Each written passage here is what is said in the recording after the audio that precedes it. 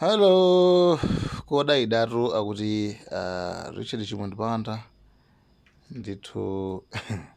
akuti anyula uku agwidwa bodza.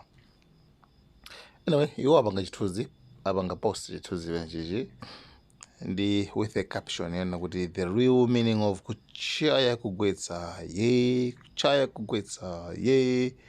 zikomo Dr. Chakwera. Anyway, iwo chithunzi ndi chimene chichi koma tendengani makomenti akwanitsa zoti ayi zikomo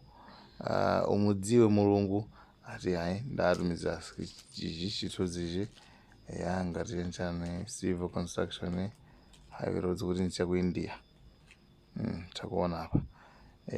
nde kuchitsiru wina mpaka kutenga zithunzi zakunja kumanamiza anthu kuti ndizaku Malawi nduna yopangitsa manyazi anthu ayankhwareti okay atiboma ndene lili la MCP kulija kusintha amene tsakula koseko ino manyazi bwanji mwaba chithunzi cha ku India with internet tu simunganamiza Malawi ndale zabodza pa Malawi. Anyway, nde mtakuona caption amwene ndebe ife posala nthawi tiyentengani kuti chithunzi chimenechi chaku India adi tipeza bwanji ena sawasa kuti the way they construct roads in India koma ndimene amapangira misewu ku India which means chithunzi sicha ku Malawi andunacha Chimundipanda atinamiza nde anyway tiyentengani ku internet ko kuti tipeza kuzotana kumene kuko fatidziwa bodza no India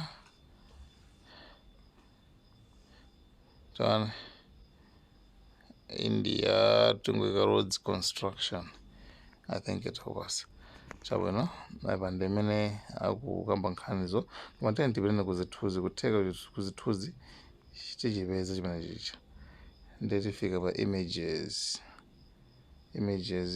kutheka tichipeza image chili kuti kutheka this one ndachipeza yes I got it this one mwachiona ichi chimarenga andunacha ichi chimanechi konzamvasa chisoni rural roads construction changes path for the first time mari uko ndi ku India atoko basi ku India uko